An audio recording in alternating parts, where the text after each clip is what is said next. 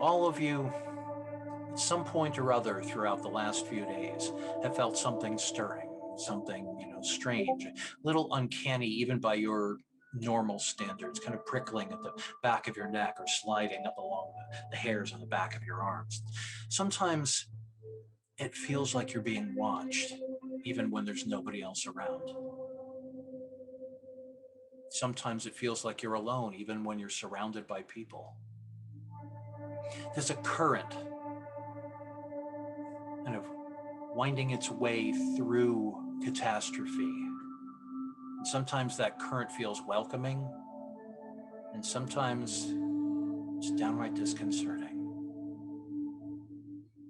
And one night, whatever it was you were doing, everything just fades away. It kind of fades into black. Maybe you were talking to somebody and their voice kind of trailed off in that way that voices can trail off when you're in an altered state of mind. Maybe you were just taking a walk by yourself or holding hands with someone and you felt the touch of their hands on the ground beneath your feet fading away. Maybe you were sleeping, maybe you were dancing, maybe you were eating or doing something we won't talk about the details of. Whatever it was you were doing at the time, everything fades into black. Kind of a cold, not too cold, just cool, and refreshing, comforting, yet a little bit dusty darkness. And then the darkness begins to fade into faint flashes of faraway light. Whatever it was you were doing a moment or an hour or a day ago, you're now laying on your back in the dust. There's a cool breeze blowing across your skin. And the pulse, the thumping pulse in the ground itself that both follows and yet seems to inform the pulse of the music, which suddenly seems very, very far away. And all around you, as you open your eyes gradually, you see fog. And that fog is, like I said a moment ago, lit by coruscating strobes of light, different colored lights. But again, that light seems very, very far away. And then you feel more than you hear a woman's voice. Are you all right? Wake up. We need to talk. Oh, not in a bad way, I promise. But, well, I've sensed something about you and I need your help. What do you do?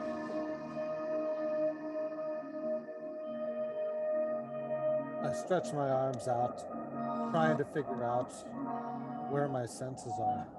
They seem to have left me maybe a day or a week behind. And as I try to find my glasses that I always keep with me, sunglasses, of course, I look around to my left and right to try to get my bearings. Do I see anyone speaking to me or anyone else?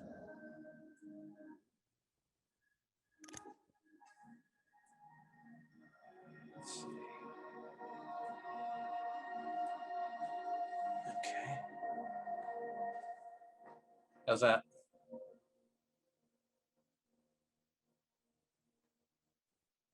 Okay. Yeah, I realized I had not turned the music down. Okay. Everybody else, what do you do?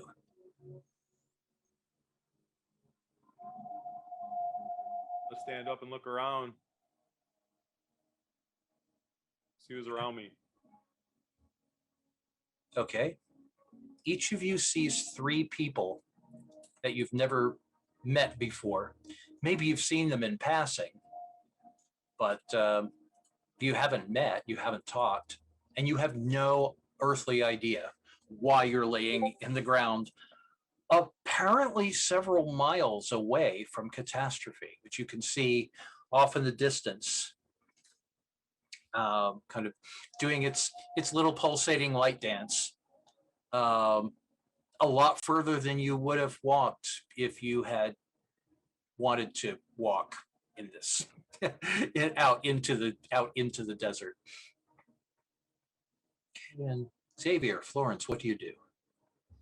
I'm performing a body scan on myself just to make sure that all of my limbs and my digits are intact and that I'm whole and not in any pain anywhere. Okay. No, actually, you feel less in pain. All of you feel less in pain than you felt in quite some time. This would be, if you hadn't just woken up, you'd be feeling really kind of invigorated. You know, if any of you have chronic aches, pains, you're not feeling them right now. And Florence, what about you? I am going to open my eyes really wide and I'm going to stand up. I'm going to nod at the people around me. And I'm going to be like, whoa, I think we're going to get inspired tonight. So everybody, when you look at the other people around you, or I should say when the other people around you look at you, what do they see?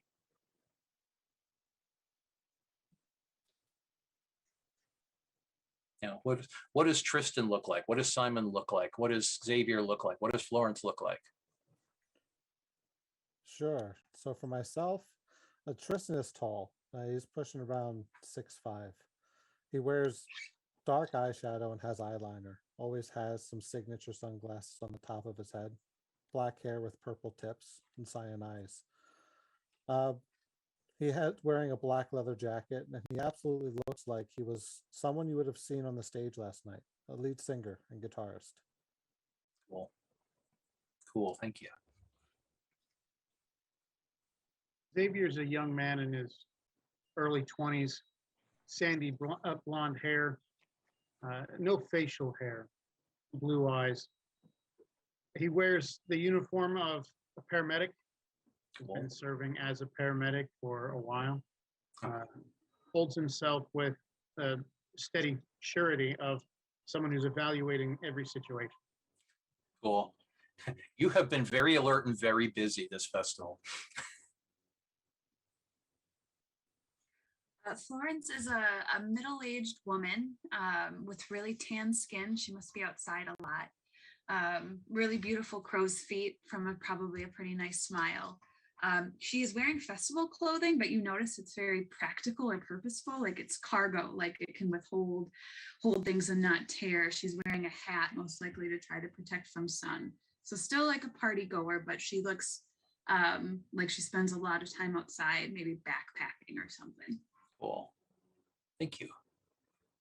And Simon?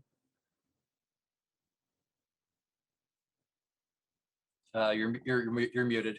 All right. Simon looks like he's maybe in his 30s, but he's like a little rougher. He's got long hair. He kind of has like a Euro trash look to him. Like he's been traveling around Europe, backpack and that kind of look. Not very well kept. But as you talk to him, he just has like a normal American accent. He's not anything special, but he looks like he wants to be. Okay, cool. Thank you. So yeah, all of you look around, you kind of look at each other like, who the fuck is this? Okay, and where am I and how did I get out here and what am I doing with y'all? And that's when you, again, feel more than hear that woman's voice. Oh, I'm sorry. How rude of me. And in a portion, in between where you're standing and where you see the festival in the distance, the air begins to shimmer. And a woman starts to manifest in the mist, And when I say manifest, I mean that she seems to fade in out of the mist, but that she seems to be changing, constantly changing shape, changing build, changing ethnicity, changing clothes. She looks to be maybe late teens, maybe early 40s, maybe 60s, maybe 30s. She's stocky. No, she's thin. No, she's very tall. No, she's very muscular. And the clothes that she's wearing, she's, wearing belly dance gear. No, she's wearing a silver jumpsuit. No, she's wearing road warrior leathers. No, she's wearing body paint and nothing else. And you, again, that feeling of something different, of a difference, of an energy coursing through and past and over you, just intensifies. All of you know that you are in the presence of someone who's not human, and maybe doesn't even entirely understand how to be, but is trying to put on a good show of it for your sake. What do you do? I'm going to go, well, this is just not making any sense at all, but I think I can help. I'm going to go ahead and take my guitar off my back, turn it to 11, and then with that ability, I'm going to go ahead and correct her vectors and give her a proper human shape that's going to make some sense to us all. Okay. So reality hacker, right? Mm-hmm. Okay, let's see. I know you probably have spirit. No, actually, you don't have spirit. Interesting. So I'm going to probably be asking for this roll occasionally. Arete. These are these dots over here. Mm-hmm. Roll 1 die for every arete. In your case, you got 2. And this is a difficulty. For this particular feat, it'd be, let's say, difficulty 6. For mechanically, for the storyteller system, difficulty is your target number. You want to roll that target number or above. So yeah, let's say difficulty 6 here. So anything for 6 or higher. I got 1 higher. Okay, so you got one success. Mm-hmm. Cool. What do you want her to look like?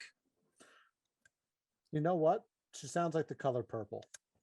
I'm going to go ahead and say that she is going to be someone who is a little bit more mellow. She will probably be shorter. She will have a motherly appearance, and perhaps someone that looks like someone who would bring their kid to a concert, so that this way they can enjoy it both safely and, as they deem it, the right way. Mm-hmm. Okay, so you play. What the rest of you hear is, even though this person doesn't have an amp, suddenly there's what kind of music are you playing? So I'm going to be playing basically modern rock. So you're going to hear a couple power chords go through, and then I'm going to do a loud squeal as I finish it off. Okay, so even though this person doesn't have an amp, suddenly loud power chords ring out of this unplugged acoustic guitar, or unplugged electric guitar. For a moment, they drown out the pounding of the distant festival, and the reverberations that you feel beneath your feet shift in accordance with the melody and the power of the power chords, and all of you feel this have a tingling, kind of almost like an electrical sensation across your bodies, and things.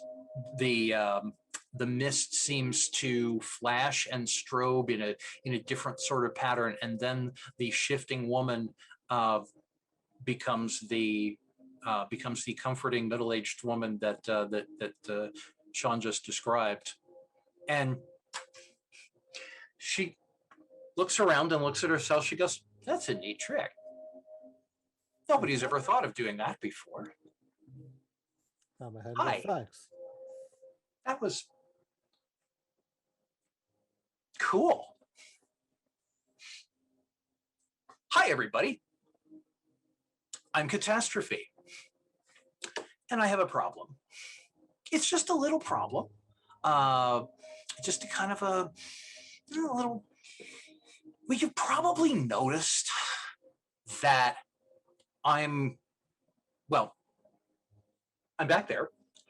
You've probably noticed that there's a lot of really good stuff going on there. There's a lot of energy, and it's usually channeled in really wonderful ways. And then there's just somebody messing with it, and I don't like that.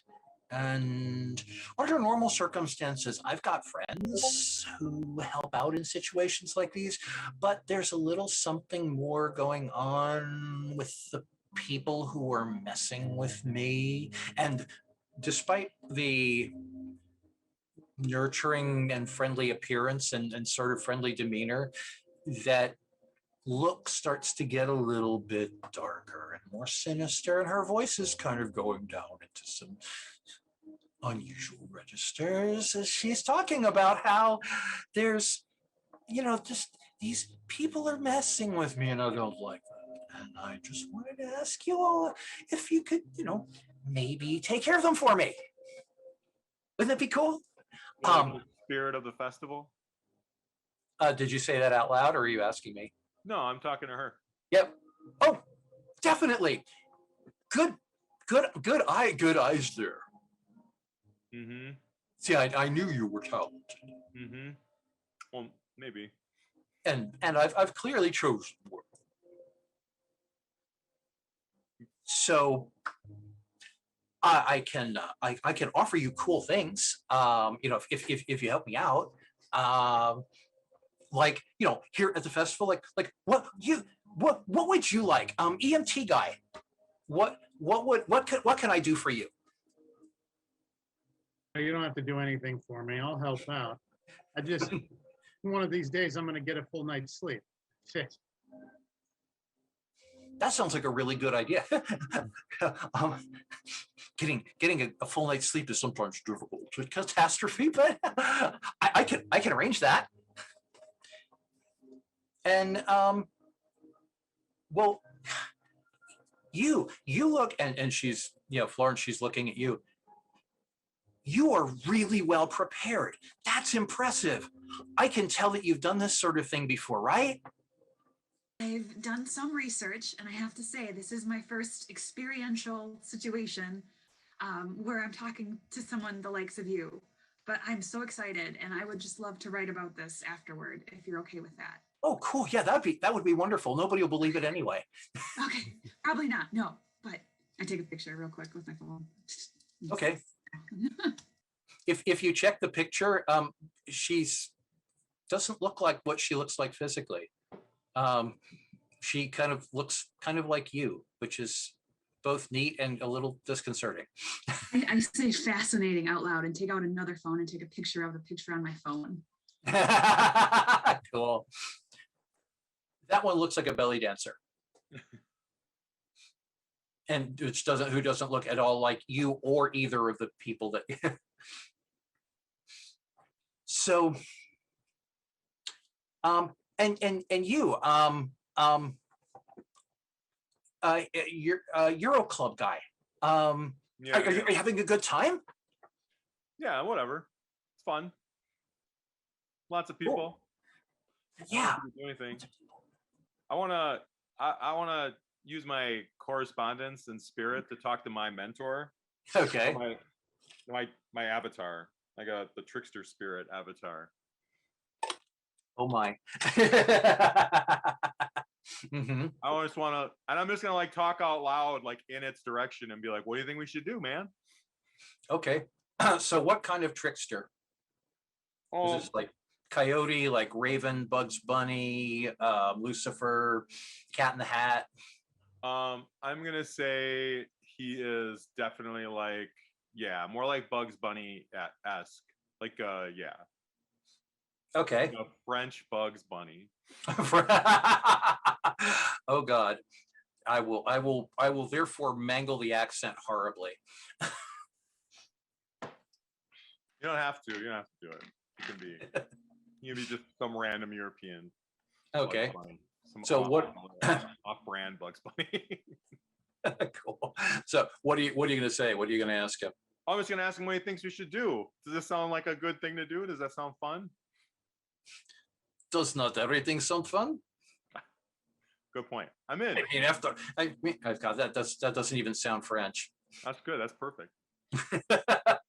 Yeah, sure. Like you said, off-brand. Yeah. Oh, if you were going to play things safe, you wouldn't be at the festival in the first place, right? So of course, do whatever. Make a great point as always, Monsieur. Yeah, Well, his accent just. I'm going to be talking out loud too. All that stuff I'm going to say. I'm just going to kind of look over at him wherever he is in the spirit world. And does she seem to recognize him or see him? Actually, she does. She kind of looks over there and says, "Oh, you brought a friend," and none of the rest of you can see. So right, he's talking to somebody, and she just acknowledged him, and the rest of you are like, "What?"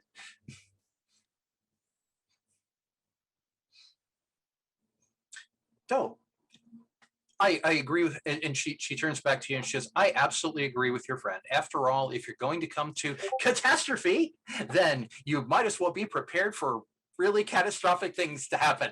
That didn't come out right, did it? Sorry. So, came out accurately though.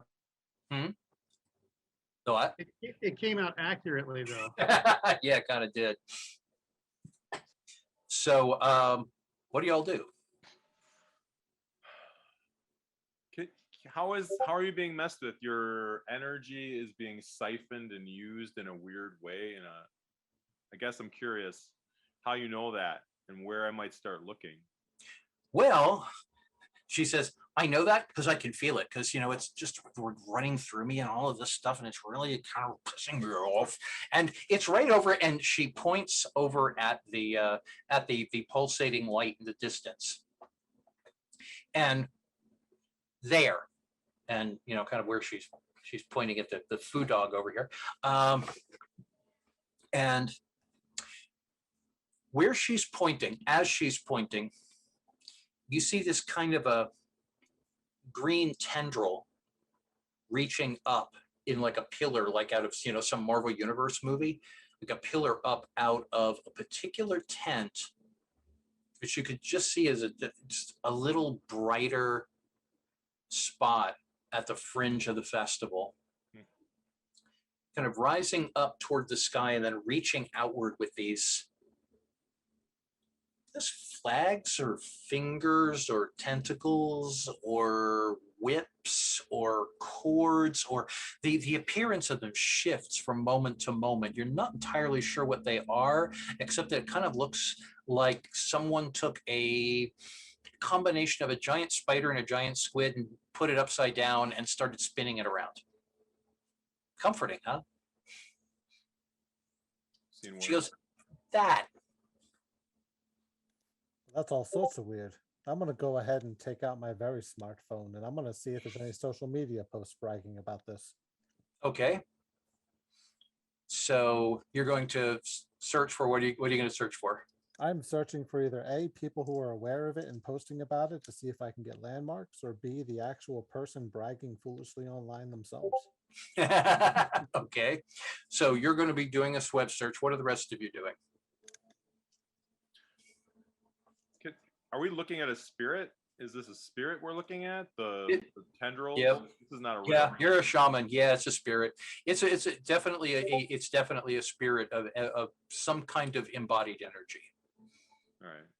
And what is your? I know it's high, but roll your perception plus awareness. That would be perception would be mental. Awareness would be a talent. Roll one die for your perception, and roll one die for each of the dots in your perception plus awareness. Difficulty, hell, you know what you're looking for, so difficulty 5 here. Can I use my insightful specialty? Yep.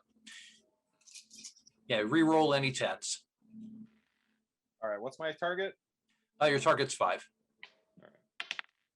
1, 2, 3, 4, 5. Yeah. Oh, yeah, that's a spirit. It's a It's an odd combination. I mean, you can tell looking at it and kind of getting a feel for it. You can tell that there's something both soothing and parasitical about it. Okay. It's definitely, and you can tell this from your combination of spirit and prime. It is both calming energy down and drawing energy out. Okay. Well, I'll relay that. I'll just let everybody know if this is a spirit we're looking at, and I'm gonna talk, and I'm gonna tell me if I can say this in game or out of game. But my feeling is that we could attack it in the spirit world, which would be very difficult, and it's probably much more powerful there, or we can kind of cut it off in reality, and that could stop it too. That's kind of what my feeling is. Is that accurate? Do I think that that's kind of the two ways we could go? That's definitely your, and you said you did say that out loud? Yeah. Okay. Might be easier, I think, to take out whatever's in reality, in the physical world, I'll say. Yeah. All And real Catastrophe says, you're absolutely right. Please, I really prefer to avoid violence. I mean, I know I'm called Catastrophe and all that, and that kind of has a sort of an implication to it, but I really prefer everybody to just be peaceful. I want everybody to have a good time. I want people to have fun. And I like the idea that people are relaxing. I mean, that's is sort of one of the things that people come here for, is to be both excited and relaxed at the same time. And so, in sort of in a way here, what they're doing is it fits, but it's taking away from me. And it wasn't the ask to, it's not asking me whether I want to be a channel for its needs. And it's not asking the people that it's taking from either. And I don't like that. But I'd really prefer to avoid violence. Partly because violence has repercussions, and violence tends to spread in situations like this. It's really, really unpleasant and uncomfortable. And partly because I'd really like to not lose my permit for next year. Fair enough. And Xavier, Florence, what do you do?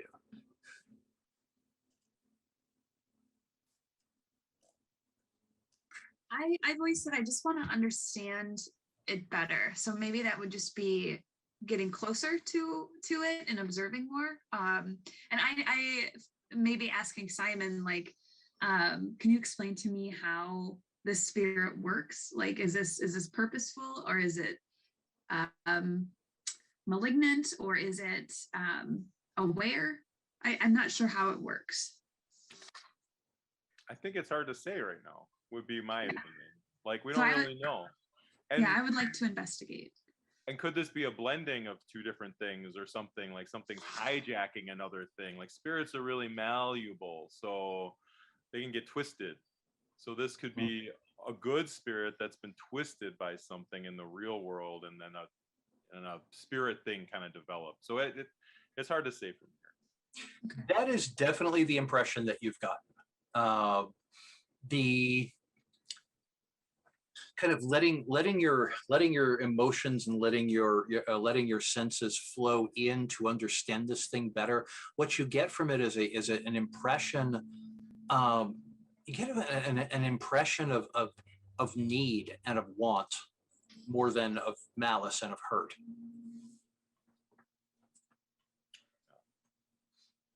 And Xavier, what about you? Pinching the bridge of my nose, shaking my head. Of course. Of course. Spirits, always. It's a magnet. I'm a magnet. Just drunk. All right. Let's do this. Let's go talk to it.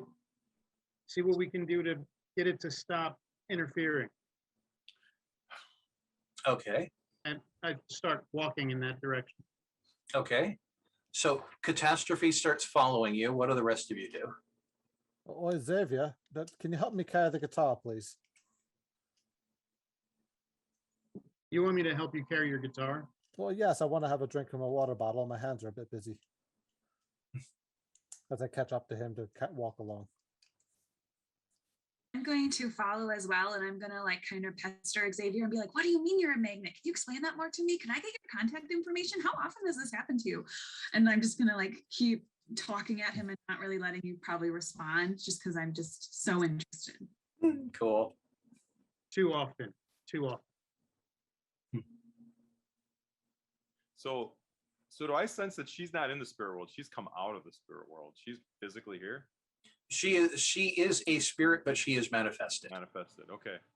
And ever since Tristan played his power chord without the amp, she has retained a relatively consistent form.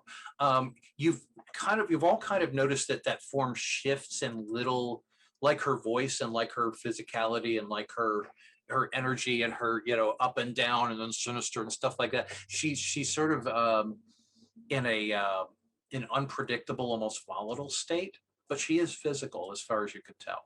If any of you reach out to touch her, she is physical. Right. And she's leaving footprints behind in the dust. I'm just gonna follow everybody, keep talking to my buddy in the spirit world, and just pick his brain for what he thinks might be going on or what he thinks this thing is, and Okay. So yeah, he follows. If you're going to walk, he's going to walk with you, and he starts going and starts whistling the theme from Bridge Over the River quite poorly. And he starts doing a parody of a military march.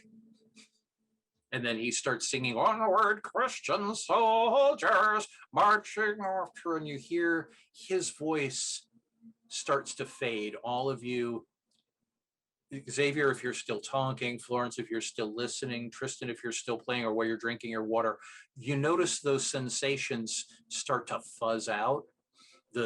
The sound of the music, the sound of the voices, the pulse of the music all start to kind of fuzz and blur together and then just sort of go into gray and then into black. And again, there's stillness. And again, you find yourselves lying on the ground. This time, you find this time as you're laying on the ground, you're laying on carpets and pillows and in harder packed ground with kind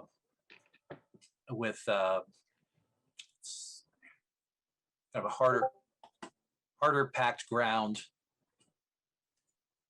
with a soft, comfortable surface.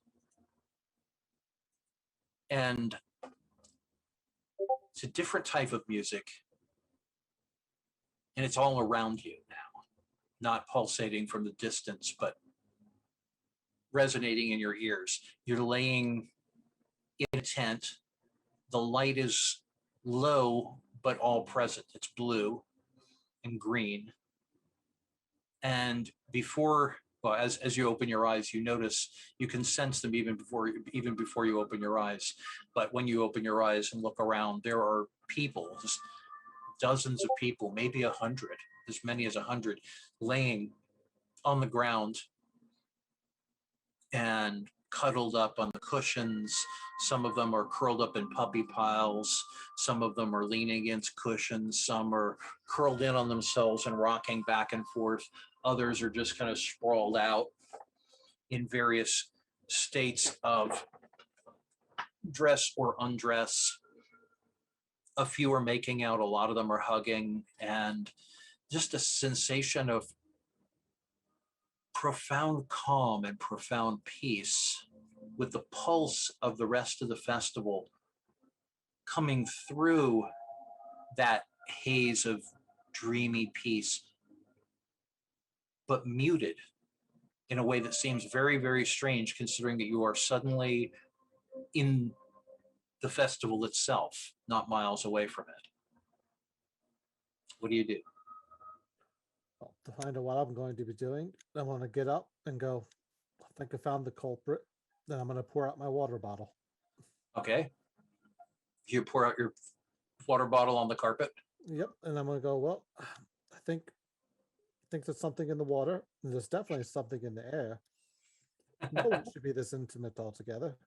You're not living your life unless you're living your life. And I'm going to look around and see if I can find any sparks, something where people want to get up and move but can't, that I can latch onto. Okay. Cool. What do the rest of you do? Simon, Florence, Xavier. I'm gonna look around for catastrophe or see if I can make sense of if she is still with us at all. You don't see her. You kind of get you still feel that sense, but the physical manifestation of catastrophe is gone, as is the physical manifestation of your trickster. It's just the four. Well, it's the four of you and the dozens, perhaps 100 or more people in the big tent. And the big tent has wooden construction holding up several yards of white and blue and green fabric that have been kind of crafted together rather expertly into something like a cross between a cathedral and a grotto. The carpets underneath you have a more of a Middle Eastern, Turkish design, and there's no, as opposed to the symmetry of the cathedral itself, there's no real rhyme or reason to the carpets. It seems like they got a whole bunch of quote unquote Oriental rugs and threw them all over the place, and did the same thing with all of the comfortable pillows they could find, and got everything from little hand pillows to love sacks. The things that you notice, or really prominent things that you notice several large amplifier speakers hanging in each of the corners of the cathedral. You can sense more than see a place where the folds indicate there might be an entrance or an exit. Probably, it would make sense if there is. And you notice at the four cardinal directions, so if you're in a roughly hexagonal space and not quite in the center, you're off to one side, but in each of the cardinal corners, each of the cardinal directions, there is a pillar of green. It's probably wood painted to be marble, but it might be marble. And it's roughly a little less than shoulder height on, say it's roughly about 4.5, 5 feet tall. Each of them is, and on top of each one of them is a Buddha statue. One of the Buddha statues is the archetypal contemplative, peaceful Buddha. One of the Buddhas is a Kuan Yin style female Buddha with water, the yolks over her shoulder, and 2 pails of water hanging from them. One of them looks to be a really aggressive male Buddha with 6 arms, kind of dancing a Kali-esque dance, but this is a very, very obviously male Buddha, and with a sort of a steel tiger head. And then there's a Buddha who is, and directly opposite the placid, the placid contemplative Buddha, is a Buddha that's very much like the placid contemplative Buddha, except that his head is thrown back and his mouth is wide open in something that could be a laughter, a yawn, or a scream. And as I said, there are dozens of people here curled up with each other or laying out separately. You also as you look around, notice that there's a kind of very, uh, very charismatic, um,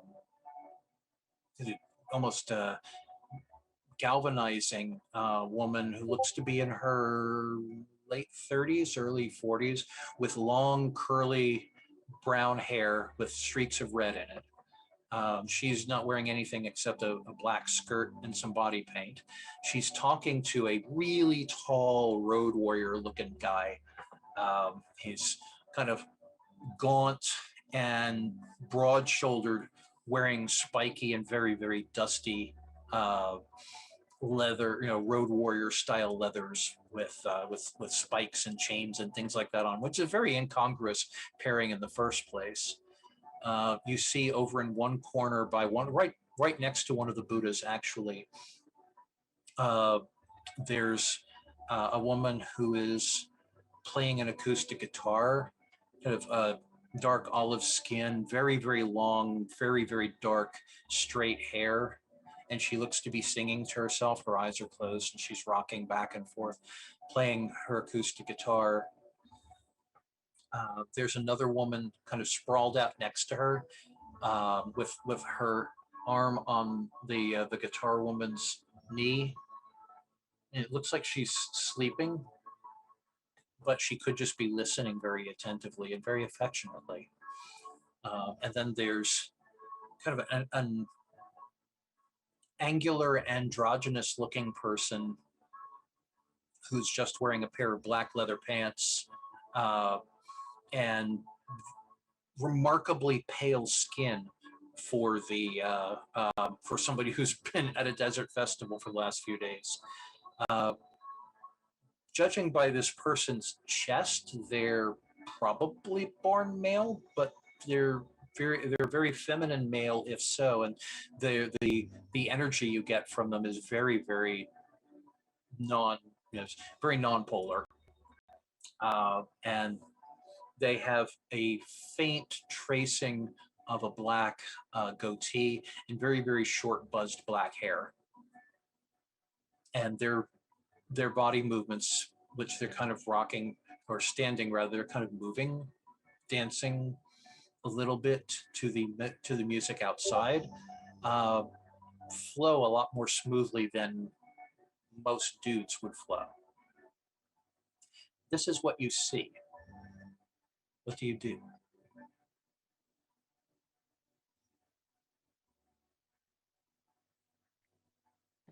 Just want to look at the spirit world here, Mhm. see if I see anything going on. Okay. How will you do that? How will you look further? How will you look deeper? Well, you mean like what am I going to use to do that? Yeah. I think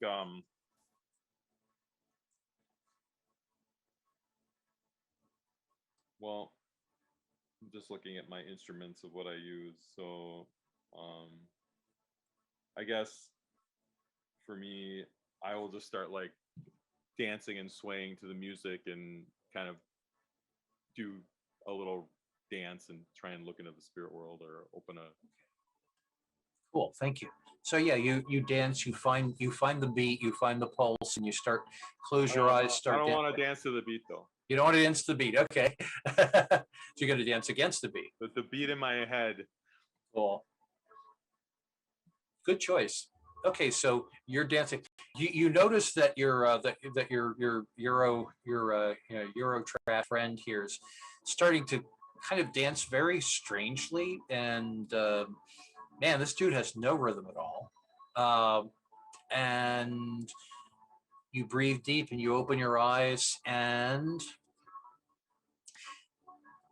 actually, I'm not even going to make you roll for this one. So what you see when you're looking beyond the physical is it's almost like a spinning, like a vortex, a very slow motion green vortex swirling around between those four pillars, and there are currents running between the running between the four pillars, and it seems to be drawing the energy of everyone in here, including you, together and channeling it up through the center of the ceiling. And the energy isn't just going up, it's flowing up and down in pulsating in time with that insistent thump of the festival's heart. It's in harmony, but feels oddly dissonant, and it's definitely going against, because you're dancing against the beat. It's definitely going against you. You are kind of breaking time from the beat and from that pulse. And the people that I mentioned, the individual people that I mentioned, all of them are glowing. All of them have a very greenish blue aura. The woman in the black skirt has a very, very intense bright aura. All of their auras are crackling in unusual and somewhat disconcerting ways. And the androgynous person, their energy is crackling crackling with lightning that's both alternating white and black. The tall road warrior person's aura is probably the most muted of the lot of them. His aura is very kind of muddy and sluggish. And the woman who's playing the guitar has a very, very deep, resonant green. And what do the rest of you do? I'd like to take a look at the life energy flow in the people in the area, taking out a pair of glasses, putting them on, and tapping into the life sphere. Okay. So roll your, let's see.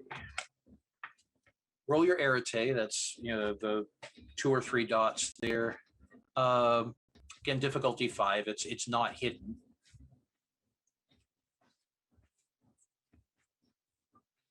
And you got 1 success. So you're looking more at life energy or at the biological life. More the flow of the life energy through the people. Okay.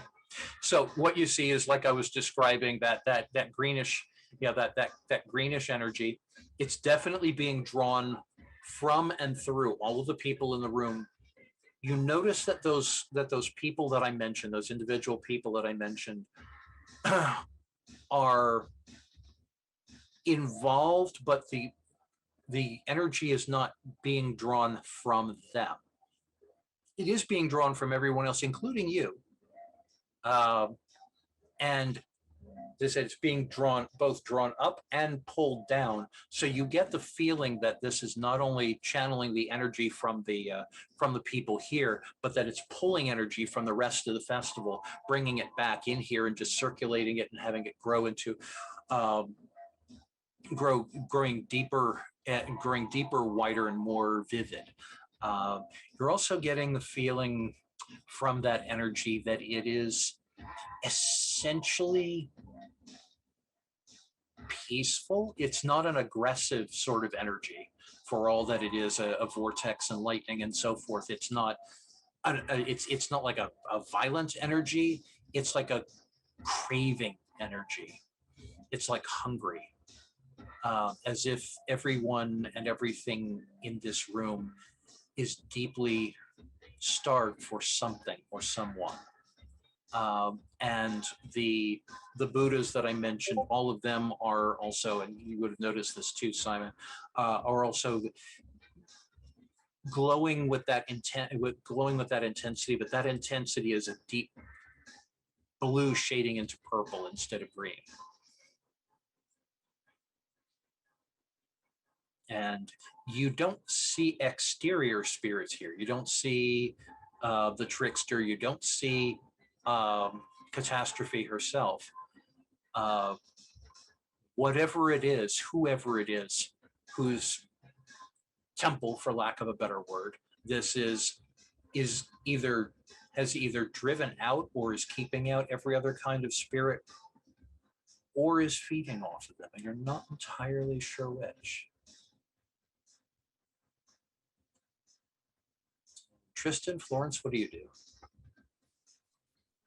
You may have answered this already because you brought up the Buddhas. I was really interested in the Buddhas, and I'm ignorant to this system. So I know Simon mentioned spirit, Xavier mentioned life. Are we talking about the spheres, like doing roles on the different spheres? Yeah. So I'm thinking of using the matter sphere because it's inanimate objects, but I don't have any circles filled in for the matter. Am I still allowed to roll that? You wouldn't be able to affect them, but you could inspect them and look at them and see what you could find about them. Sure. I'll just do I'll just look at them, inspect them. Okay. Cool.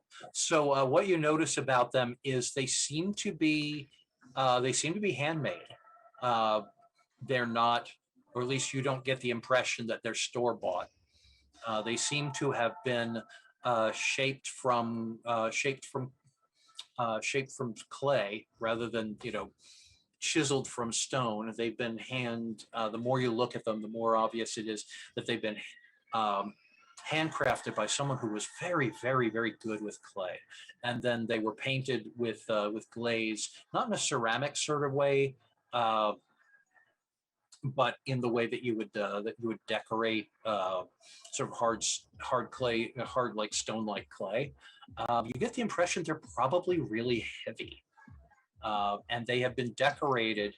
The more you look at it, the more you realize they've been decorated with a combination of live plants, dead plant matter, and those are either glass or actual jewels. You're not really sure. It's kind of hard to tell because, again, they're glowing with a deep green, the deep blue green shading into purple. And sorry, go ahead. Can I poke the one I'm looking at closely and then look around to see if anyone noticing me poking it? Make a dexterity plus either subterfuge or stealth. All right. I have 0 for both stealth and subterfuge, so I have, two black circles. Okay. So roll 2 dice. Yeah, roll 2 dice. And I'm looking for what? As your, let's see, 6 or higher. So is that total or? Just count. Excuse me. On each die, if you get a 1 to 5, nothing. If you get a 6 or higher, that's a success. Okay, I rolled a 1 and a 4, so I assume it's a fail. Yeah, that's a fail. As you're reaching, the androgynous person goes, please, looks like straight at you, straight at your eye. And the thing is you didn't get the impression that person was watching you until you moved, at which point they go, and you can hear them very clearly across the distance and through the music. Please don't do that. Please don't do that. And I'm just gonna smile and say, okay. Those are really delicate. I made them myself, and I really don't. I mean, I appreciate you. And they start walking toward you, and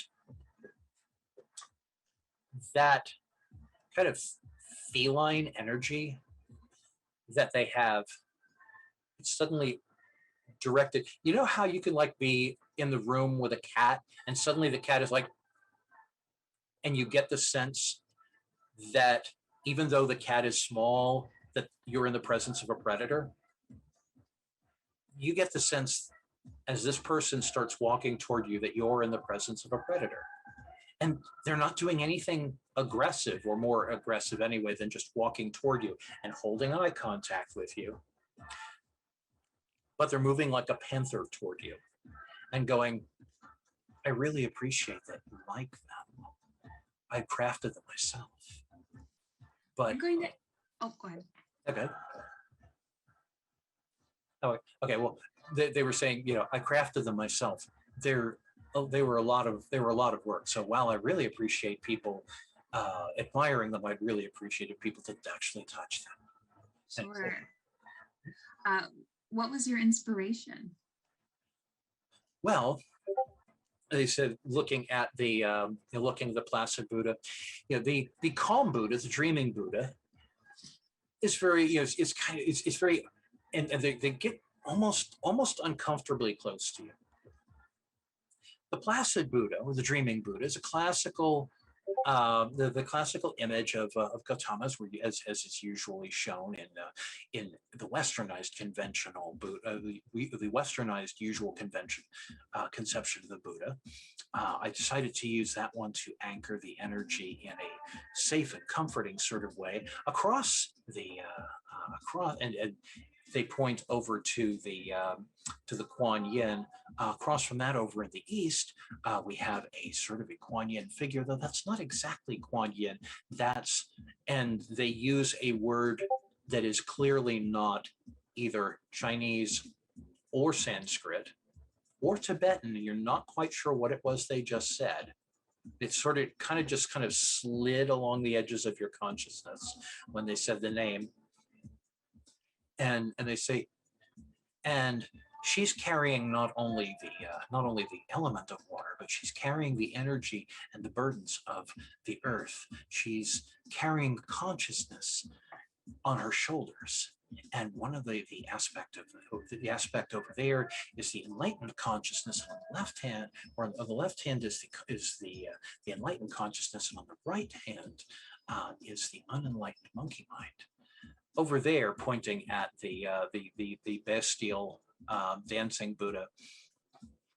There I took my inspiration from, and again he says a name. They say a name that is not familiar at all. It doesn't sound like the name of any Buddha you've ever heard of. And they say, and there's I drew some inspiration from names off a list of Tibetan Buddhas, which you have heard of, saying, and I wanted to create that one to express the fact that not only is enlightenment sometimes fierce and ferocious, as Lao Tse said, neither heaven nor earth is humane, but also to express the fact that sometimes energy is hungry and dancing and dangerous. People had this idea about Buddha, that Buddha and Buddhism is all about peace, and it's not. It's about recognizing the way that the world is and then transcending it, while never forgetting exactly the danger that lies within lived and unreal existence. And that, pointing to the final Buddha, that's the screaming Buddha. Again, they say a name that kind of slides along the edge of your consciousness and feels very, very, you actually involuntarily shiver when they say that name. And that's the screaming Buddha, because the ultimate truth of enlightenment is, if you were that enlightened, you'd scream too.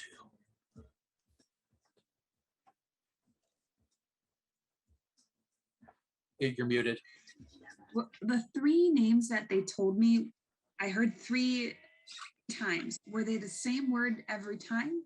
No. Or they 3 different words? Okay. There were 3 different words, yeah. Okay. I'm going to tell them, you certainly have some very strong beliefs. Thank you. I've heard that. Mm-hmm.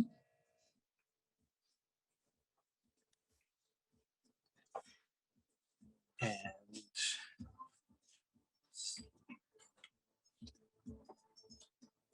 they extend their hand to you. Fiasco. I'm Fiasco. Florence. Florence and Fiasco. How marvelous. Mm-hmm. Do you shake hands with them? Yes, I do. That kind of electric feeling, that almost like with cats and like with panthers, you know how there's sort of an appeal to a certain kind of predatory energy where it's like, oh, that's interesting, and that's very, yeah, that's the kind of energy that Fiasco has. It's an almost compelling energy, sort of like a, you know, again, sort of like a cat or a panther or a cobra.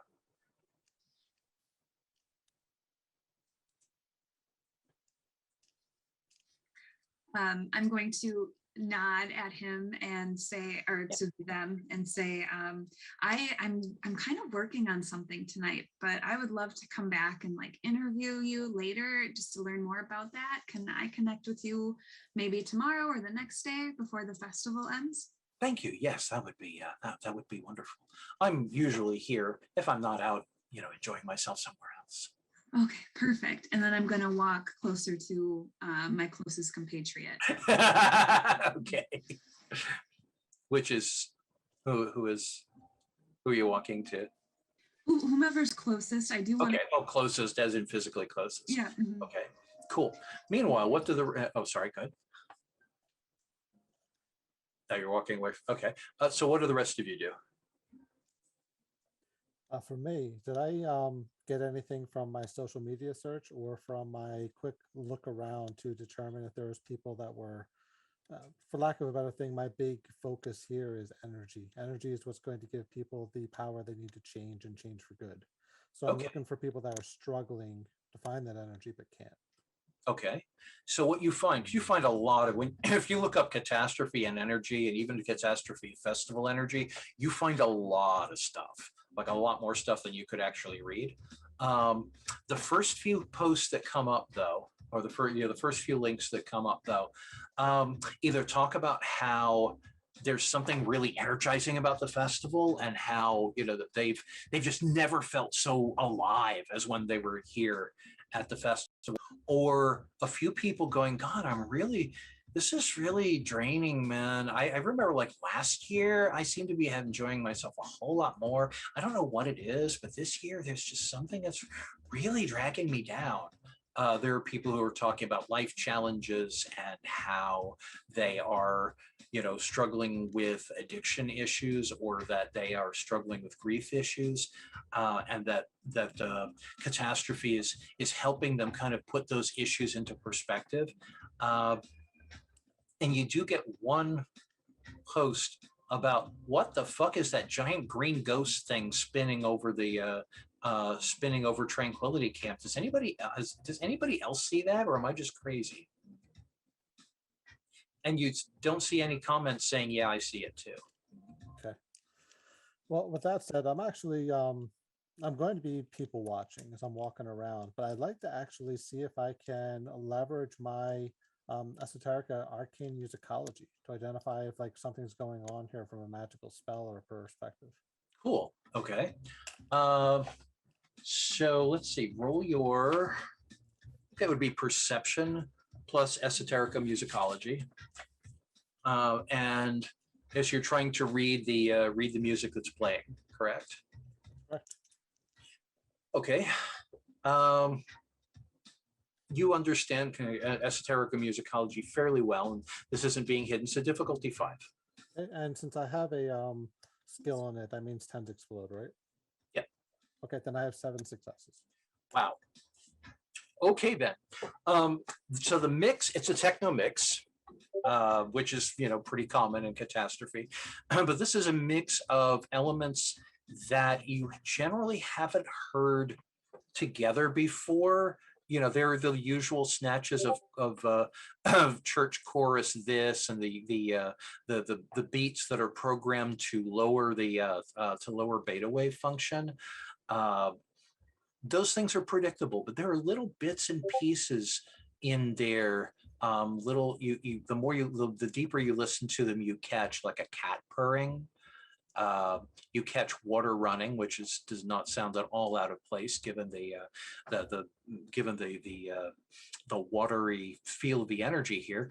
And then there are little bits like a baby crying, or a person, sounds like it's a person sobbing into a pillow. There's something that almost sounds like a stomach growling buried way deep in the mix. And there are also whispers, but you can't make out what the whispers are. The sense that you get is that this mix has been very, very carefully, almost subliminally, well, not even almost, subliminally constructed to nurture both a feeling of repose and apprehension. And again, that feeling of need, like Catastrophe had mentioned a little while ago, of craving, that there's something in this mix that the deeper you listen to it, the more you listen to it, the more you feel hungry for something that's not fulfilled. Okay. I'm going to go ahead and back off here so my compatriots can do something. But what I'm going to do in the meanwhile is I'm going to start writing a remix to this remix. Good plan. Cool. Xavier, Simon?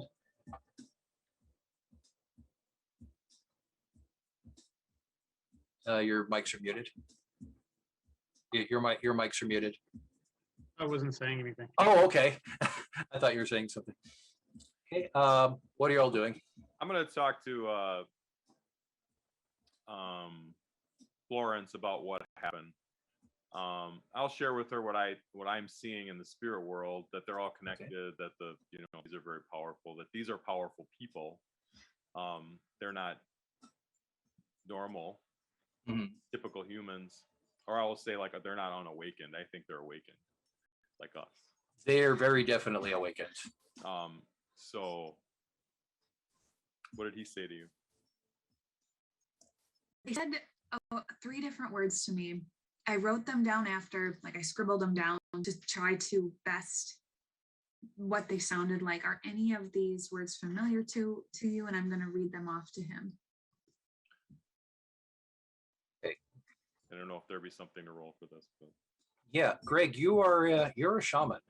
Mm-hmm. So those names that Florence mentioned sound vaguely like phrases of a very esoteric kind of 3/4 forgotten sort of spirit language. It's not the sort of thing. It's not something simple like Enochian that you can just buy a book about at Barnes and Noble, or it's the sort of thing that you wouldn't hear unless you were talking directly to spirits of a particularly hungry kind. Oh. Okay. And they don't tie into, aside from the conventional Gautama Buddha, they don't tie into any conventionally understood religion. Okay. So I'll let you know that. I'll just say, there is like a spirit dialect. So this person's been talking to some type of spirit, and they got their own kind of belief probably from that spirit. Would be they explained to me the most extreme type of Buddhism I've ever heard. Yes. Okay. So these people are all working together. And maybe they're working with this spirit, for this spirit. Maybe they don't really know what's going on necessarily.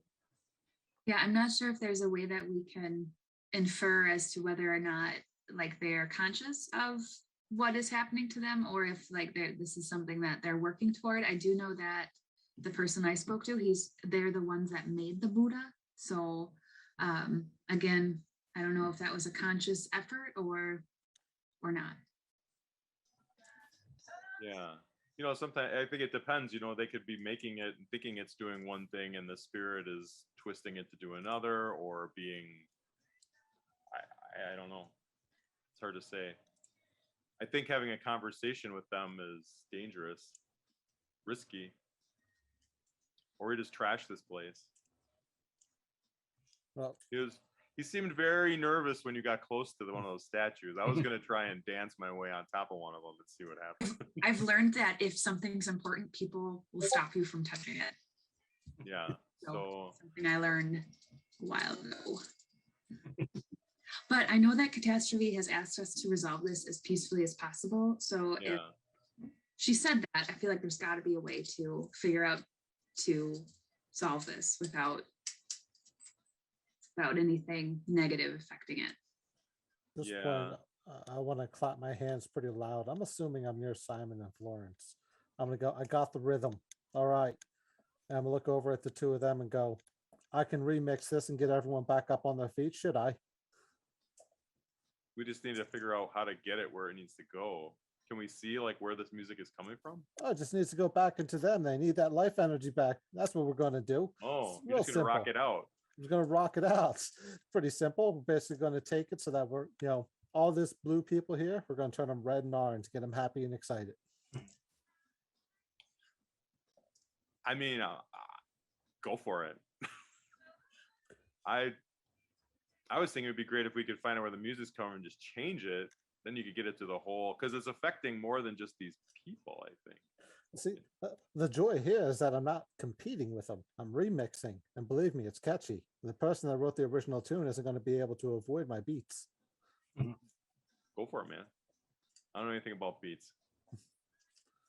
And with that, my goal here is that I'm going to take out my guitar and I'm going to go opposite on the opposite end of where the other woman is playing her guitar. And I'm going to follow along with her melody. I'm going to then raise my volume up just barely perceptibly higher than hers and start overlaying my changes in rhythm, similar to how jazz might be breaking the music with intention. In which case I am literally breaking her music with intention and taking the beats per second up by about 20 or 23 over a period of time. Cool. Okay, so that'll take a few minutes, but yeah, just give me a, that would be, I think that'd be manipulation plus performance or expression. Let's see, you're the reality hacker, so let's see. Let's see what you got here. You have expression, so yeah, that'd be manipulation plus expression, or no, art, musician. You have musician, so yeah. So you'll start doing that. Give me a roll here in a second. I'm going to check in with Xavier. Xavier, what are you doing? When Tristan starts playing his music, I'm going to go near him, and as he continues to increase the beats per minute, I'm going to essentially, I'm going to try and send out I'm going to caffeinate everybody, kind of send out a pulse, like pulses of up energy, like trying to energize the body, almost electric pulses, like a pacemaker, boosting up the life energy going through them along with the beat that Tristan is creating. All right, cool. How are you going to do that?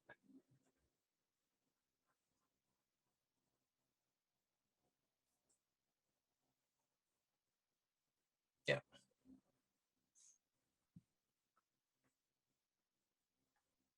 Hey Mike, with the fog, could you energize the fog so they're breathing it? You're muted.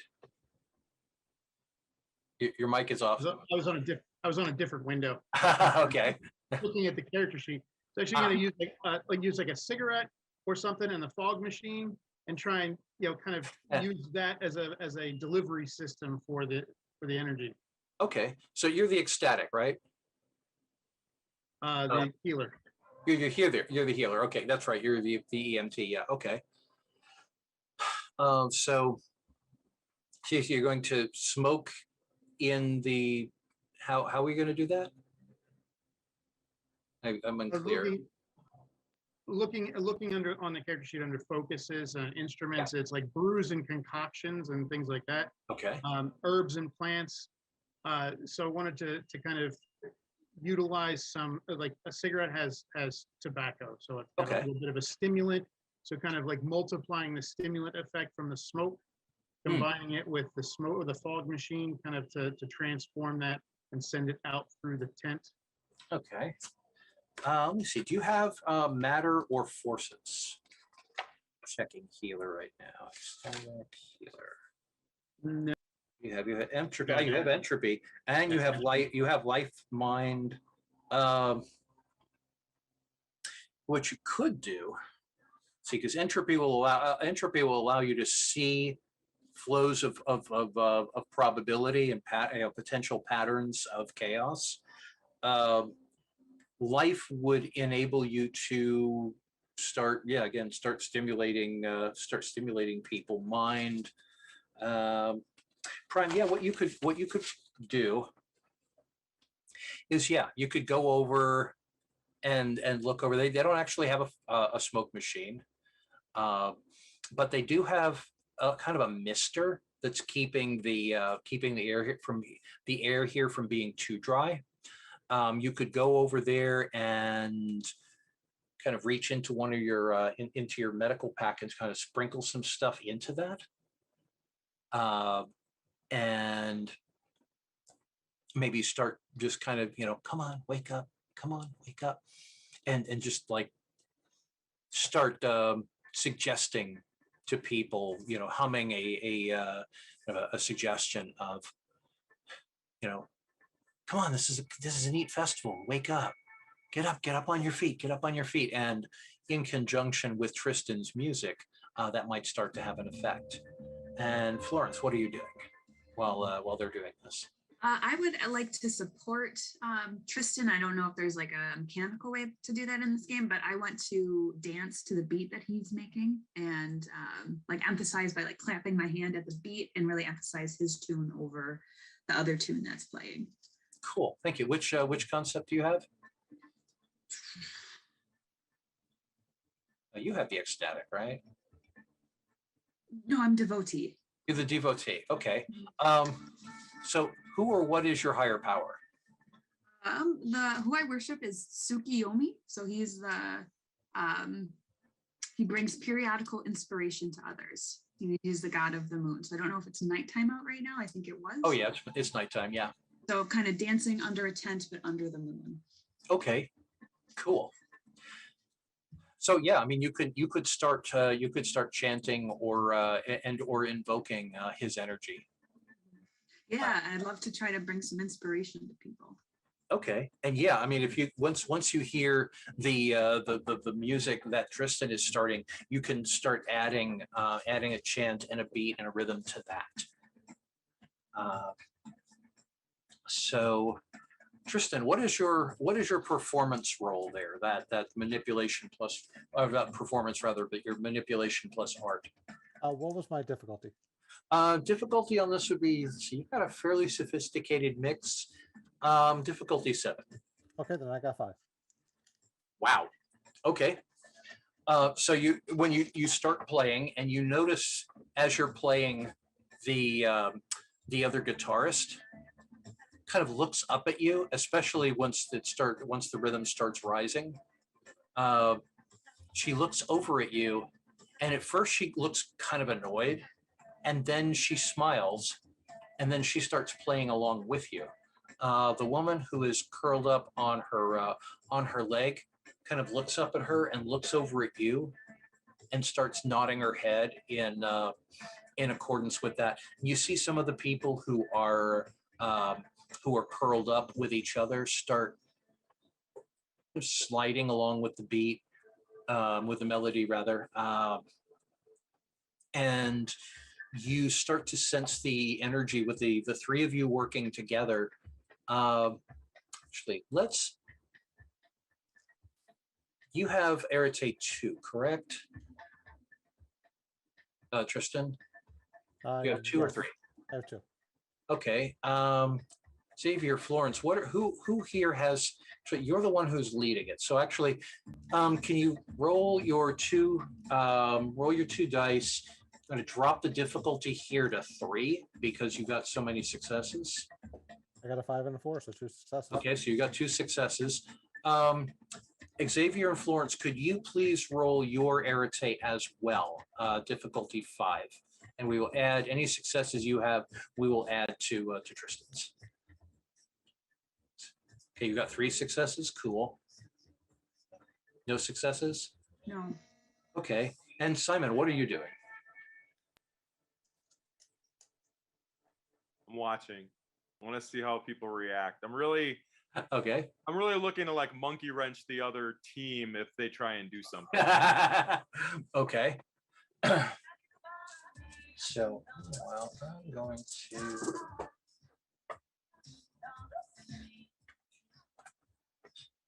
So, yeah, The woman with the guitar starts playing along with you, but you notice as she's playing, her her guitar line starts cutting a slightly different counter melody to yours, to the melody that's playing. And so you've currently got 3 intertwining melodies. And this is because of your 3 successes. This is starting to kind of wake people up out of the perceived trance. And the big guy in the Road Warrior leather starts heading over your direction. And Simon, this is what you were watching for. The big guy in the Road Warrior leathers is walking toward Tristan, and the woman in the black skirt is right behind him. What do you do?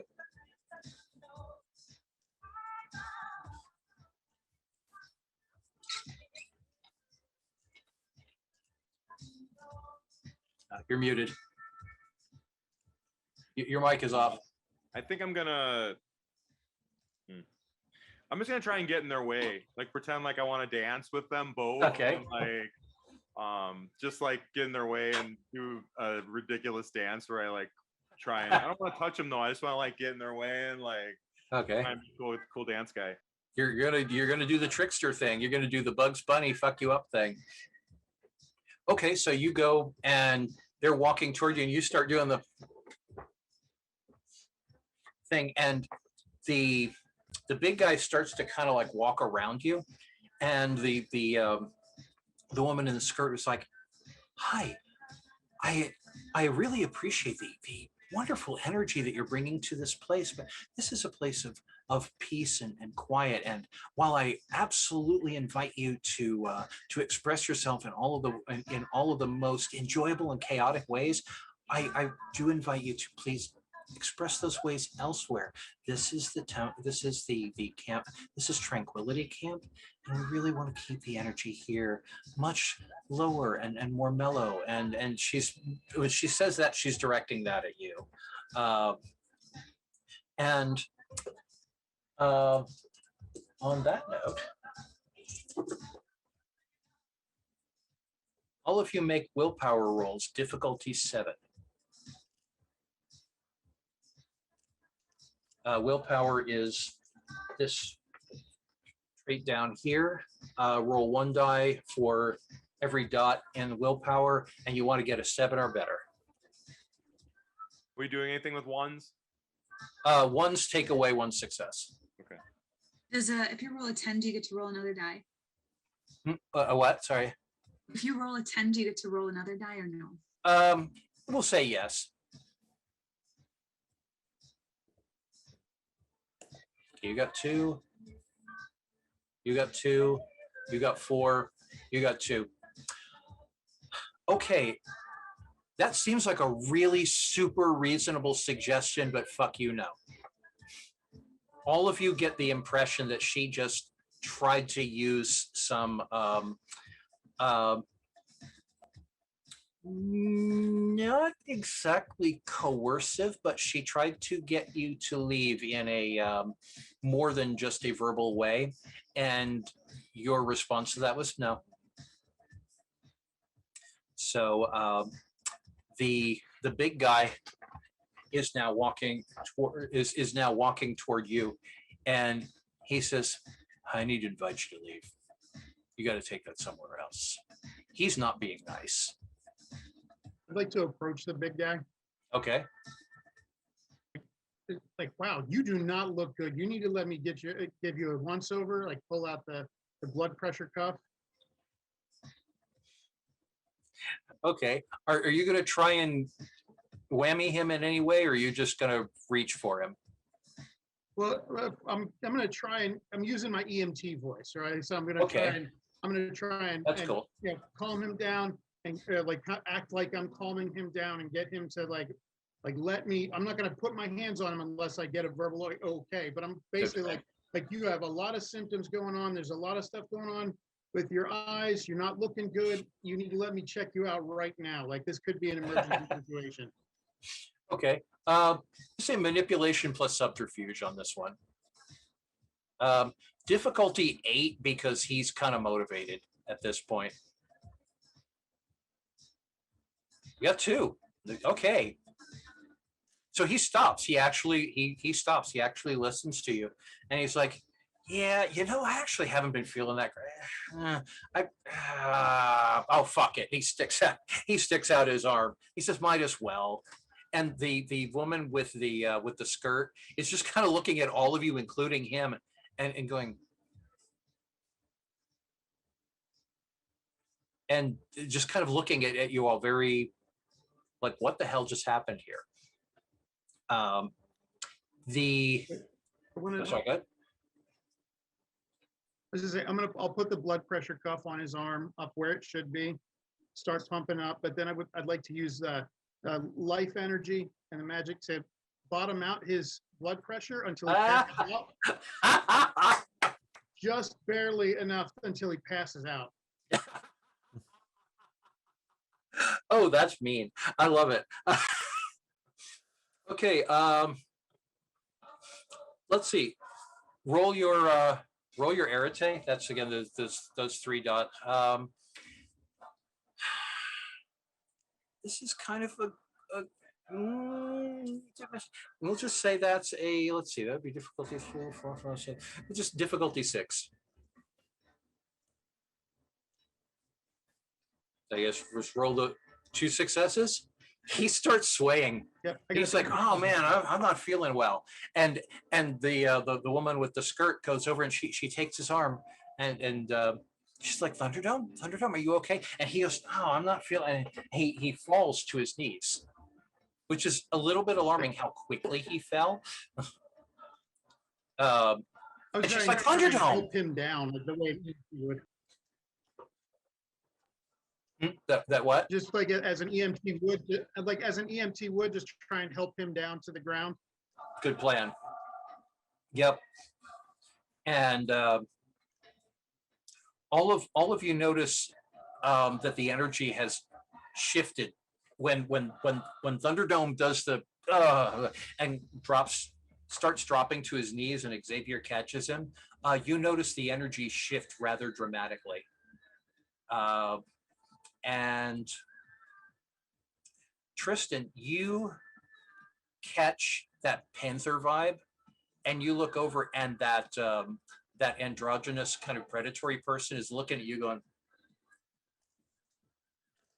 I'm going to, if you're okay with that, counter with my striking appearance, and I'm going to put on my best rock star, like I am above you, you animal. Mm-hmm. Okay, so is this, you're gonna try and win them over? Yeah, I'm basically, I'm here to stay, and you're here to stay with me because perception's reality. Okay, are you gonna put anything behind that, or are you just using mundane? Mundane for now, yes. Okay, so yeah, so manipulation or appearance, whichever is higher. I like appearance, and so I can leverage my striking ability. All right, yeah, you do. Yeah, you have striking appearance. So striking.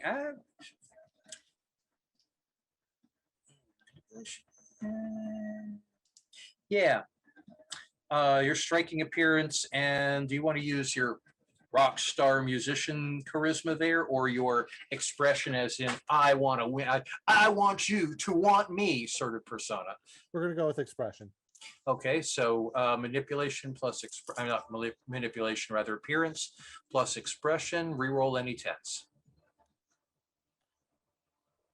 Already at 5. 6 total. Nice. Oh yeah, you have that panther's tail wagging. They're coming right for you, and they look very, very interested. I'm going to basically go into that, listening on to what they're going, like, you got all these 4 pillars, but you forgot the 5th Buddha, the Buddha of rock and roll. Nice. Well played. Yeah. Okay, so you got the Buddha of rock and roll. You, in fact, feel this surge, this pulse of energy as you say those words wrap around you, and for a moment there, you could swear that you are Jimi Hendrix personified. and it passes really quickly, but just for a moment there, you are like, that's it. You're like, you're Jimmy with the electric, with the burning strat at the burning strat at Monterey. Awesome. Well, if you're cool with that, I actually have a merit for burning aura. I'd like to channel that to help my team That get is an through with excellent idea. pushing out all the other things and disrupting that flow.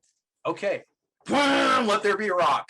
Yep. And all of you sense this gathering of forces, this immense rush of energy swirl toward Tristan, wrap around him, and then just blast outward in fuck yeah. What do y'all do?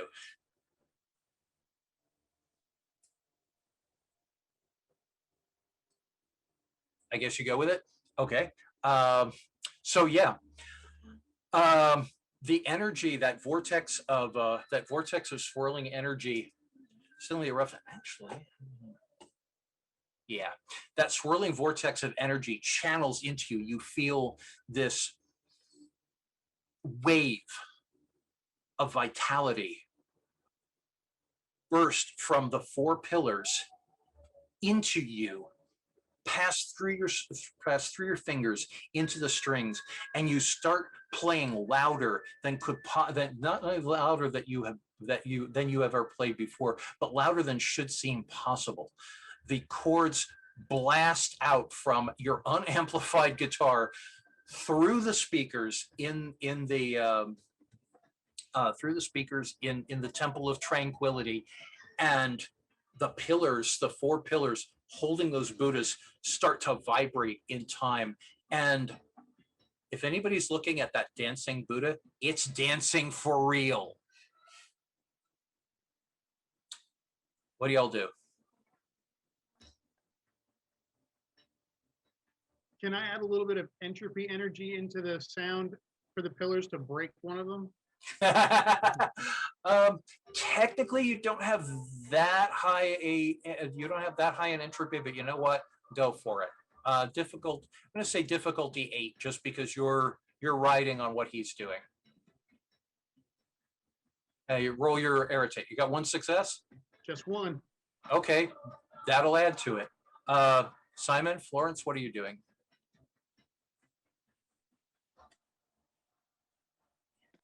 Well, I'll help him break. I'll help him break one of those pillars with my entropy.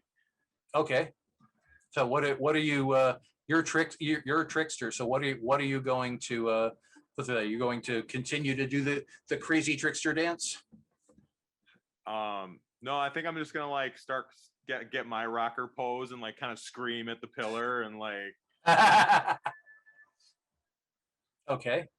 Do you have matter by any chance? I don't have matter. I have entropy 3. You have entropy. Oh, you have entropy 3. Okay, yeah, go for it. Roll your irritate.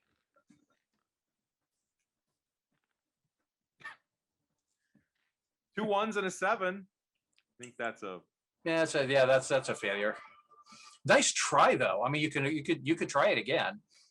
And the which one were you screaming at? Can I use my lucky and re-roll? Oh, sure. Yeah, go for it. Got one success. Okay, which pillar were you screaming at? You're muted. The one with the moving Buddha on it, I think. Okay. Okay, so you shout at the Buddha, and the Buddha shouts back, and the pillar that the Buddha is on cracks and shatters, and the Buddha statue falls to the ground and begins dancing on the carpet. At which point, everybody who is watching this is like, and the guy, the predatory panther energy person looks at that for a moment. It's like, awesome, and starts dancing with the Buddha. Starts dancing with the Chaos Buddha. Hey, Florence, what are you doing while this crazy shit goes down? I was actually gonna say I was gonna start dancing with the crazy. Cool. baby, but the panther guy is or person is. I You never, could dance. You could dance with them both. yeah, I'll join them. Okay.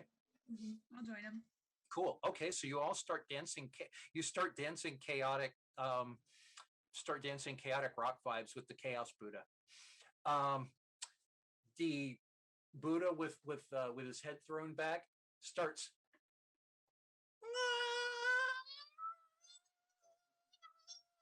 and this resonating shriek rises higher and higher and higher to the edge of the audibility spectrum. The other pillars shatter, and the whirling vortex of energy explodes outwards, sucks inwards, and goes straight into you. Everybody who can see, basically all of you can see this. What all of you see is this green energy whip inward, and just blast Tristan with this amazing wave of power that amplifies the guitar even more. Everybody who was still on the ground is now up and dancing and moving and throwing devil horns, and some of them start making out, and a bunch of them just basically start crawling toward you or rushing toward you like the maddened groupies that they suddenly are. Awesome. Well, not to disappoint, we're going to do some showboating, and Okay. I will absolutely go into the performance. It will turn into a goal there to scream out the name that I think catastrophe. So basically, like, this is a catastrophe, everyone, and we're here to live. And then see if catastrophe can show up finally.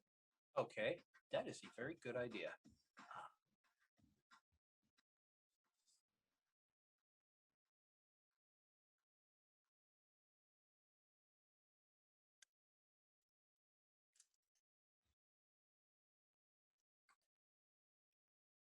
And the power chords echo forth, and you scream, "Catastrophe up here!" And the energy, the energy in the air shimmers, and you see it coalesces into a 80s style rock chick, but she's got a guitar too. She's kind of dressed up like a female member of Judas Priest. And she has her guitar, throws horns at you, and you start going into like the Judas Priest power chord thing with each other, and it quickly turns into a giant mosh pit. And in the mosh pit, the Chaos Buddha starts moshing with people, and the Chaos Buddha moshes with the this slam dancing into you, Simon, and into the into the kind of the predatory panther energy person, and crashes into you, which Florence, which feels really weird because you're dancing with an animated statue. The female Buddha person takes both of her buckets, pours one and then the other one on the ground, scoops them up in her hands, and flings them out over the crowd, and starts moshing also. The placid Buddha gets this very strange expression, like,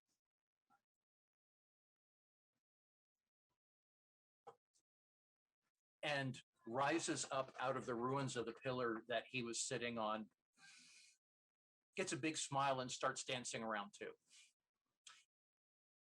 The energy that had been funneling in and out of the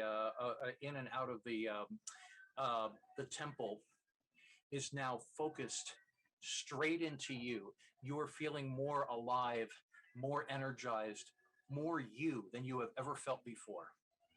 This energy passes out into each of you. And speaking of passed out, the big road warrior dude is completely out of it, which is kind of sad in a way, because this looks like the sort of thing he probably would have enjoyed.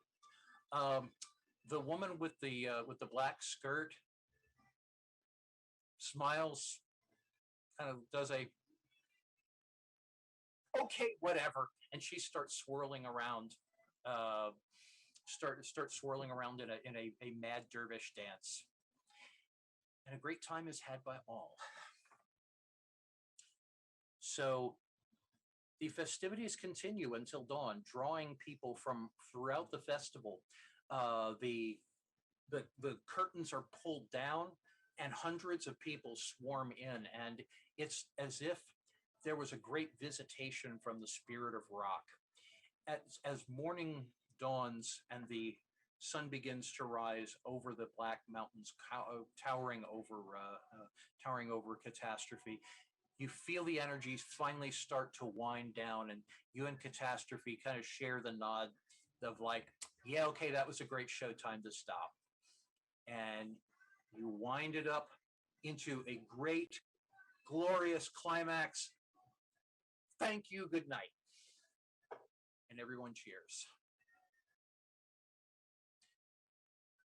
The energy dissipates, and the story comes to a great and wonderful conclusion.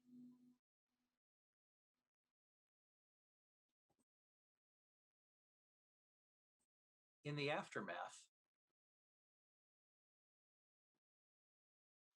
as the people start to drift away, hugs have been exchanged, email addresses, some people are kind of passed out in the corner. The big road warrior guy did eventually kind of get up and join the festivities as well. The Temple of Tranquility has been essentially reduced to a bunch of dust-covered carpets and the wooden bones of the framework that it once held. And the woman in the skirts kind of just looks around. All of you at this point are covered in sweat and dust. And she's like, what a mess. Oh, well, it was fun. She goes over to you. Thank you for providing a very unexpected but entertaining night. Might I give you a hug? Are you open to a hug? And I will happily open my arms and go, you bet. Okay, and she gives you a great big hug. And although you can tell there is that really intense primal energy about her, there's nothing more to it than just a wow, that was fun, nice hug. Mm-hmm. And the other woman with the guitar over the course of this thing had joined you, and you couldn't hear her guitar at all, but she looked like she was having a great time. And the woman who was crashed out on her leg, the two of them are making out in a corner. And well, what used to be a corner of what used to be the temple. And Catastrophe sets aside her guitar, which promptly disappears. And she goes, that was awesome. And she goes, and she doesn't ask for a hug. She flings herself around you and gives you a great big hug. That was fucking ruled. And she looks at the rest of you and she goes, hugs? Okay. Xavier, Sure. She hugs everybody who wants hugs. Says, let's go talk.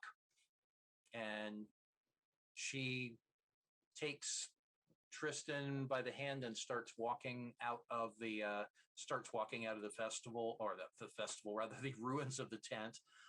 By the way, the Buddhas, when the on the final note, the Buddhas all exploded into blue light, bright blue light. And there's nothing, no clay, no stone. It's only the remains of the pillars. But the Buddhists seem to have transcended and found, nirvana. So what do the rest of you do? I'm going to follow along with Catastrophe and see if I can snag a water bottle on the way. Yeah, you kind of need one at this point. Xavier, Florence, Simon. Check over my med kit and follow for a bit.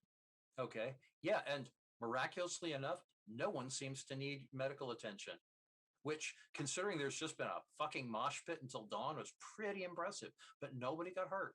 At least nobody that you can tell, and you would know if they did. Florence, Simon? I'm gonna snap some pictures of the exploded Buddha statues on my and kind of just be taking pictures of everything and walk out and follow as well. Okay, cool. And Simon? I'm just gonna give a quick glance in the spirit world, see what's going on around this stuff.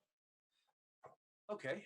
What you see is kind of like the aftermath of real. You know how when you turn the light. Well, I don't know if you know this, but after a show or a nightclub or something like that, they turn the house lights on. If they've been running the smoke machine a lot, there's this heavy haze in the air. That's what the spirit world looks like here. It looks like a smoke machine went wild and now it's starting to dissipate. The people who were running the temple are still glowing very, very intently, but the glow has definitely it's got a it's definitely mellowed. The energy here is expended isn't quite the right word. It's placid now. It's peaceful. Where before there was a sense of craving and desperation, it's now satiated is the word I was looking for. Okay. Satisfied. Cool. I'll follow along then. Just keep my eyes in there. The what? Just following along then. Okay, cool. Oh, and your trickster Bugs Bunny guy is back with him. He's like, "Wow, I didn't expect that, but that was wonderful. That was so much fun to watch." Well, let's go. Let's see what she has to say. After all, he says, nudging you in the ribs, she did promise you a favor. Maybe you should find out what it is. I know. Or maybe you should tell. You should figure out what you want. And what can she give you? Hmm? What do you think she can give us? Well, depends on her, doesn't it? So, so noticing that she leads you back out into the desert, not nearly as far out as you were before, just away from everybody else. And one of the things you notice is as you're walking away, nobody follows you. Nobody from the temple, none of the adoring groupies, nothing. It's like everybody. It's sort of like you stepped out of there. You can still see the festival. You can still feel the pulse of it through your feet. You can kind of sort of hear it, but it goes back into that sort of muffled other space. You realize that you're walking kind of between worlds again with her, and she says that was the most fun I've had in ages, and I'm a festival, so that's impressive. She goes, what can I give you? As long as it's at the festival itself, I can give you what you want. I mean, it's only within the bounds of the festival and until the end of the festival. But you mentioned something about wanting to have a good night's sleep. You can have that. How can I express my appreciation for what you did? And she still looks like, again, consistently looks like the rocker chick. She's not changing her appearance now.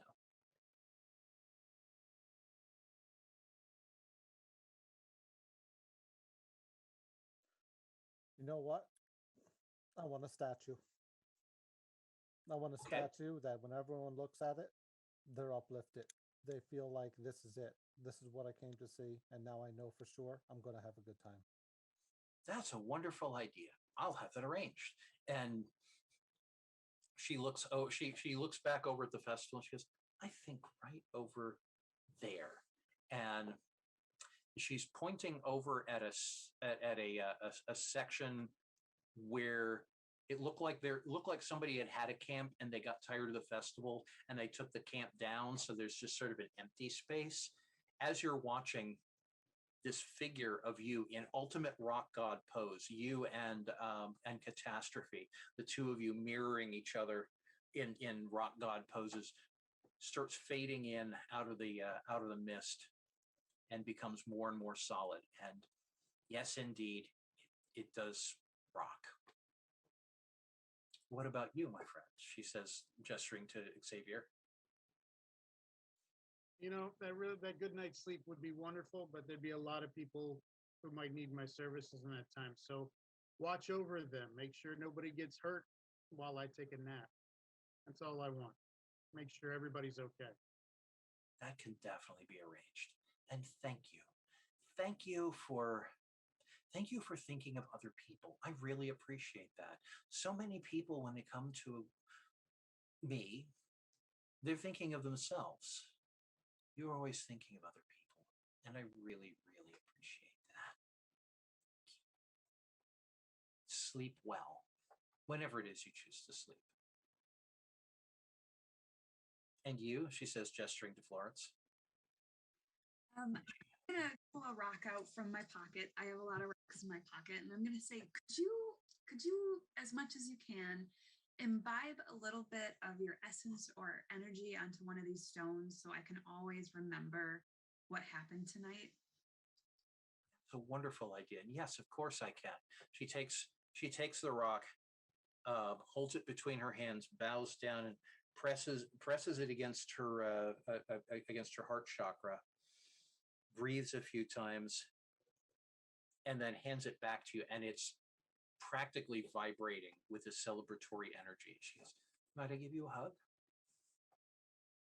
And she gives you another warm hug. And then she turns to Simon. "So what did your friend tell you to ask for?" Nothing. He didn't give me any good suggestions. He just said whatever you could give me. So I think you should give everybody like a good laugh at this concert festival every once in a while. So maybe like we should start a new tradition of releasing like a bunch of jackalopes into the area every once in a while, just to run through, or like maybe some goats, like little fainting goats. I love fainting goats, like to run through the festival grounds. I could do that. They wouldn't be real animals, but well, the jackalopes aren't real anyway, are they? They're not. I mean, maybe. Maybe. Wait, hold on. Jackalopes aren't real? Well, they might be real if you want them to be real. After all, as you've probably realized, she says, and she stands up on one leg, holds out her arms, and just for a moment, she kind of looks like one of the, not like the Chaos Buddha, but like one of the one of those Hindu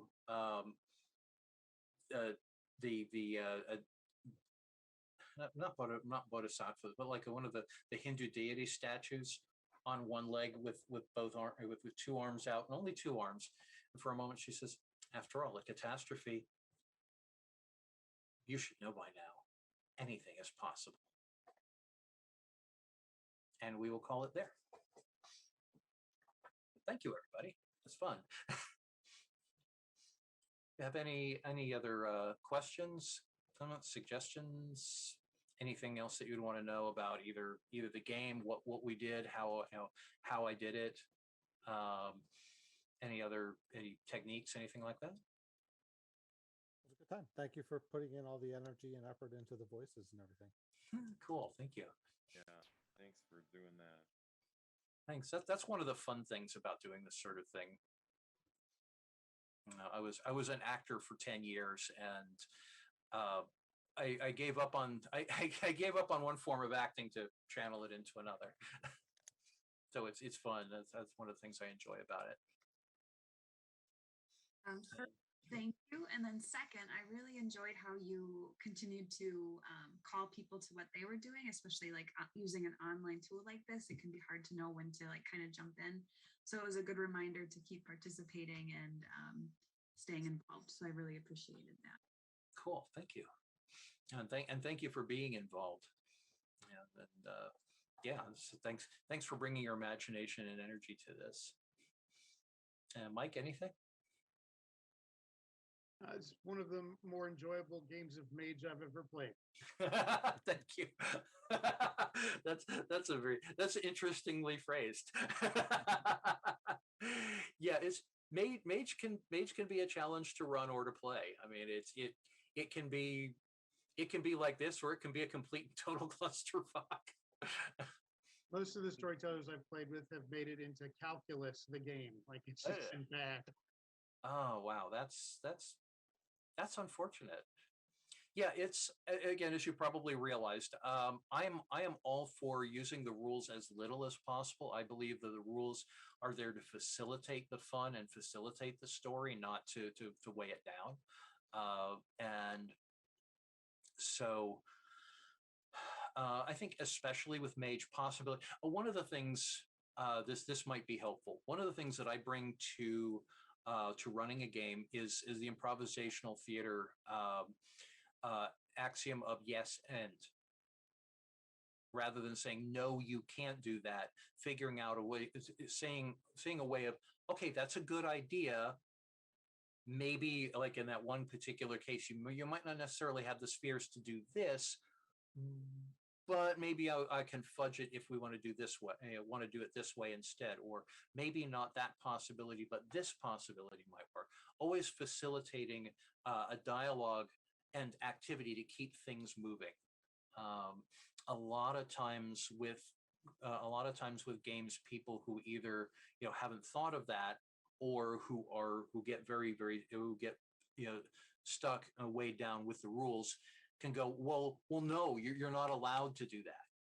And I feel like if you're running a game, the ideal is to not always give everybody what they want, because at that point, it's just chaos, and it's there's no consistency to it. But to figure out how to tell the best story with what you've got, and always to keep things moving. That's part of, like you were mentioning, Jordan, the checking in with people, watching everybody, and constantly inviting people to contribute is I think really important when you're running a game, keeping people engaged. So on that note, anything else? Anyone else? You need anything? Want anything? Anything else you want to know before we sign off for the evening? Is there any reason you're running Ascension over Awakening? Oh, well, I had nothing to do with Awakening. Oh no, I've never even read it, actually. Oh really? Okay. Yeah, it's I kind of glanced over it ages ago, but no, that was long after. I left the White Wolf staff in 1998. Awakening was Bill Bridges. That came out 2003, I think, 2002, 2003. Funny you should funny you should mention that. So Bill and I went to college together. We've known each other now for almost 40 years. We met in 1983, and actually Bill and his brother John got me to stop playing D&D in favor of Champions / Hero System. And when we were in college together, we were kind of we were part of basically a group of metaphysical weirdos. The Screaming Buddha statue was actually something that was sculpted by one of our friends, Sabin Abinet. And the remark about if you were that enlightened, you'd scream too was how Sam explained the Screaming Buddha idea. And the lot of us would sit around, sometimes doing various substances. Bill, as far as I'm aware, never indulged. I did. But doing various substances and listening to weird ass music, Frank Zappa and Killing Joke and shit like that. And we would talk about metaphysical concepts and how they would relate to gaming, or how they could relate to gaming. I personally have been involved with metaphysical practices of various kinds since I was a teenager. And so I bring I tend to bring a lot of the stuff that that I'm into intuitively. Bill has a degree, or he was working for, I think he got the degree, but anyway, in philosophy. And so Bill tends to bring a very analytical mind to it. And he got very, very into the occult history element of Mage, which he also co-designed, co-created Mage the Ascension. But he brought he brought an occult history element to it.